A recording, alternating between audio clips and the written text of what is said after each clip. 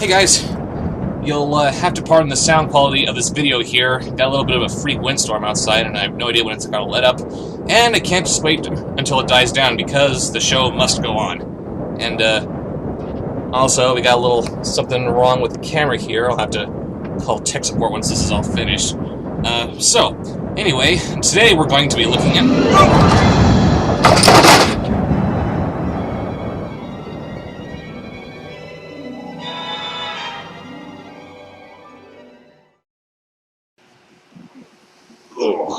Oh, man. What's that?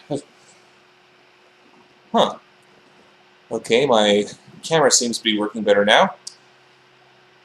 And I'm now in an entirely different place.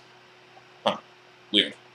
Well, anyway, today we are going to be looking at one of the worst movies ever made. And what's even worse is that it's based on one of the most beloved children's stories of all time.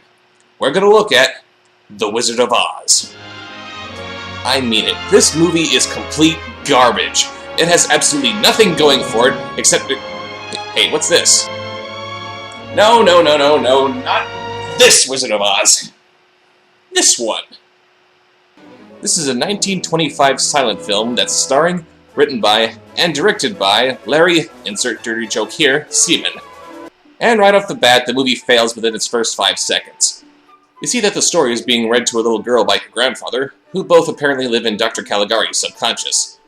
This kind of whacked-out set design might work if the entire movie was designed like this, especially considering the fanciful nature of the Land of Oz, but the rest of the movie looks like this. What's the point of making this scene look like this, which is the real world, while the magical Land of Oz looks so normal? The movie's trying to make the fantastic realistic, and the realistic fantastic. You can't go both ways. Excuse me? Oh, I'm sorry. Did I scare ya? No, I just like saying every now and then, just for the hell of it. Who are you? Oh, I'm just a scarecrow. I just overheard what you were saying, and I thought that I'd like to chime in about how sometimes people do go both ways. Okay, thank you. What are you doing here? Oh, nothing. Just thinking about how I wish I had a brain is all. You were thinking about how much you want a brain? Yup. I think about it constantly. And you don't see a logical flaw in that? Nope, not really. I didn't think so. Well, anyway, look, I'm trying to do a review here. Do you mind? A review? A review of what? The 1925 silent version of The Wizard of Oz. The Wizard? You're reviewing The Wizard? Yes I am. Please, you gotta let me join you. I need a brain. Well, okay. Look, I'll just let you do this just this one time, alright? Hooray! We're off to see the Wizard! Shut up! Sorry. Anyway, we're introduced to the rulers of Oz, named Cruel and Vicious. Subtle. But Prince Kind and his subjects of Oz demand that the rightful queen be returned to the throne. Because a guy named Cruel is really going to do the right thing, huh? They summon Wizard Robin Williams here to see if the queen can be found. He distracts the crowd with some stage magic, for some reason, and he summons the Phantom of the Basket. No, seriously, that's what he's called. Oh, come on, that wasn't stage magic. The Phantom just appeared in between jump cuts. Hey, seriously, they established that he's not a real wizard, so why not have him do real stage magic instead of having to do something that relies on movie magic? And in case you're wondering, no, this has absolutely nothing to do with the plot. It's, as Prince Kind puts it, a load of applesauce. This scene is so pointless that even the granddaughter objects to it. The story proper begins with Dorothy, who is played by Dorothy. Huh. She's just trying to get by, but she's antagonized by her Uncle Henry. And I gotta say, it's a bad sign when you have Oliver Hardy in your movie and he isn't the fat guy. After meeting our movie's alleged Prince Charming, we then dissolve to wow. I mean, wow. As a scarecrow, I have no concept of race or ethnic sensitivity. And even I'm insulted by that. And what's this totally non-stereotyped character's name? His name is Snowball, and he's played by G. Hal Black.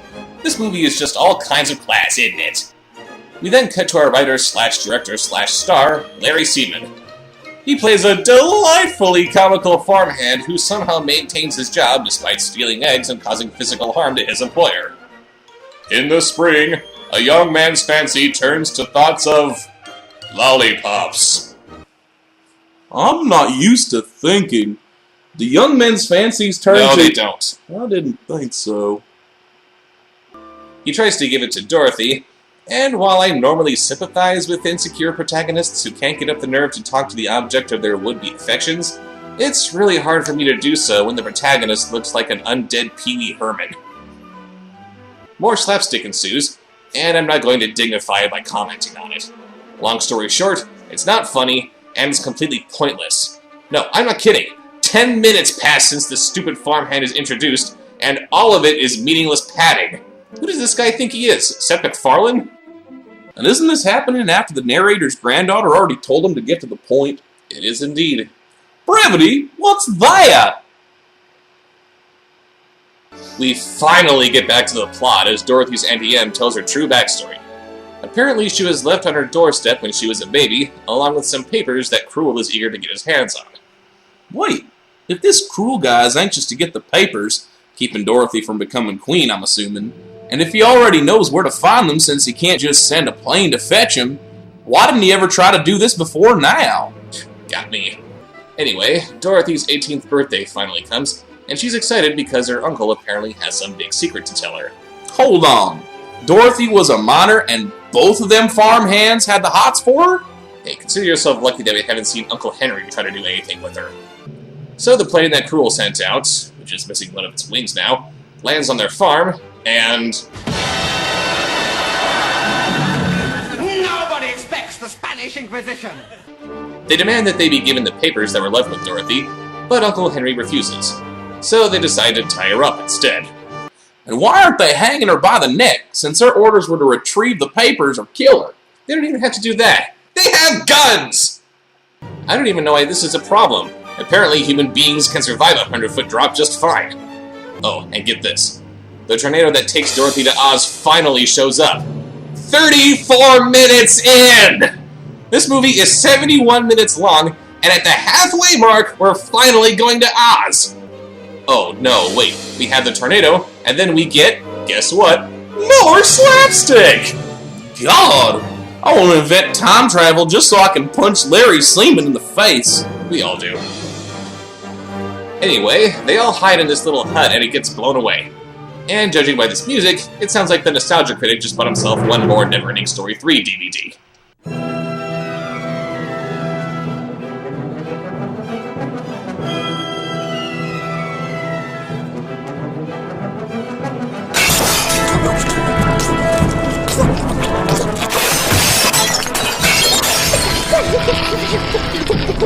They land in the ridiculously brief cutaway shot that I think is supposed to be Oz, and Dorothy finally reads the paper that was stashed away with her, proclaiming that she's the rightful Queen of Oz. So her birth name is Dorothea, and her aunt and uncle, who never read this before, just happened to name her Dorothy. Funny, I would have thought her real name would be Mary Sue. Ugh. Prince Kind is all too eager to have this complete stranger usurp all executive power in the land, but Cruel isn't too into it. His brilliant plan to stop her from taking over is to, have Robin Williams turn her friends into things while Kind just ushers Dorothy into Oz. I don't get it. I'm not sure you're supposed to. Seaman disguises himself as a conveniently placed Scarecrow, and Hardy dresses up in some conveniently placed junk. Yep, Dorothy's friends from Oz are nothing but these schmucks wearing disguises. Wait. We have the Tin Man and the Scarecrow, but no Cowardly Lion. He's coming later. But remember, according to this movie, black people are a little slow. And wait a minute. I'm offended they didn't get a real Scarecrow.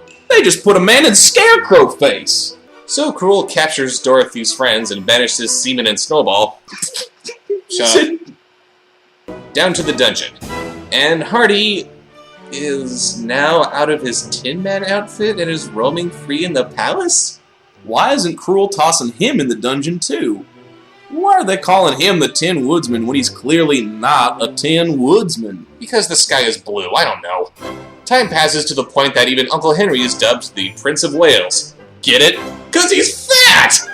and Seaman and Snowball are still down in the dungeon. The wizard sneaks in and gives Snowball a lion costume so he can mess with the other prisoners. And no, I have no idea why he doesn't just try to help them escape if he can come down here completely of his own accord.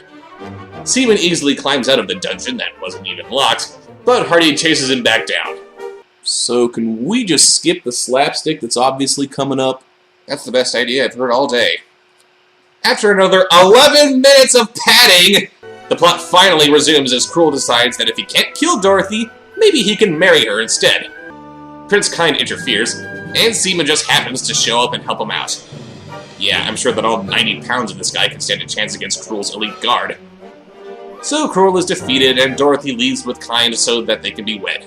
Makes perfect sense to me. So far, he's the only guy to come on to her who isn't at least twice her age, or at least 3 times her weight. The movie comes to a climax as Seaman flees from the palace, and Snowball gets a biplane to make an Indiana Jones-esque escape. And yes, this is all pretty impressive considering the available filmmaking technology of 1925, but when did The Wizard of Oz have aerial stunts in it? We then dissolve to the granddaughter, bored out of her mind by her crazy grandfather's ramblings, and we close on the last page of the book, saying how Dorothy and her prince lived happily ever after. There's no mention of Seaman, but let's just hope that flying from a plane isn't enough to kill him. I'm grateful I don't have a brain. This movie probably be giving me a headache. Oh, come now. Where I come from, we have the internet. Places of critiquing and deconstructing, where people go to become online reviewers, and when they come out, they know how to talk about why something is bad, and they have no more brains than you have. But they have one thing that you haven't got, the final word. So therefore, I will allow this review to end with your thoughts about it. Well, the plot and the characters aren't anything like the book. The stereotypes are ridiculous, Dorothy's a non-entity, the comedy's tedious, nothing makes any sense, and it's padded to hell. Oh my gosh! Oh joy and rapture! I have a brain! How can I ever thank you? Go away. Okie dokie! Okay, that was weird. Well, thank you for joining me on my first installment of Oz Month. I'll see you next week.